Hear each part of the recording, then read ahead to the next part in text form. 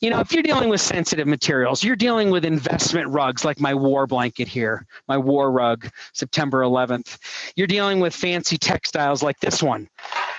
This is hand-painted fabric cover, you know, sham, over top on a velvet material. It was originally just an original velvet, smooth cotton velvet, hand-painted material. A client of this gave this to me because I appreciated it so much. She had 6 of them and didn't need them anymore. That is so cool. Well, I wouldn't run the truck mount on this. All I would do with this is whip a light foam shampoo with my FabricMaster fine fabric detergent.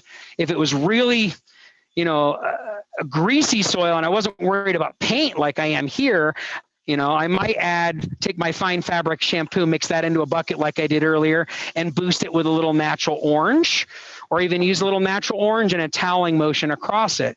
But if I'm dealing with custom stenciled embroidery or fancy fabrics, there's lots of tools. The one nice thing about the HydroMaster, DryMaster system tools, they control your moisture. There's no high pressure impact. So you can clean, maybe not this one, but definitely some of the delicate pieces that are out there. And there are lots of tools for getting inside those fabrics and spotting. There's the spotting spatula, injection into the fabrics to get deodorizer inserted down below. Might be a technique or something you might have to be approaching with.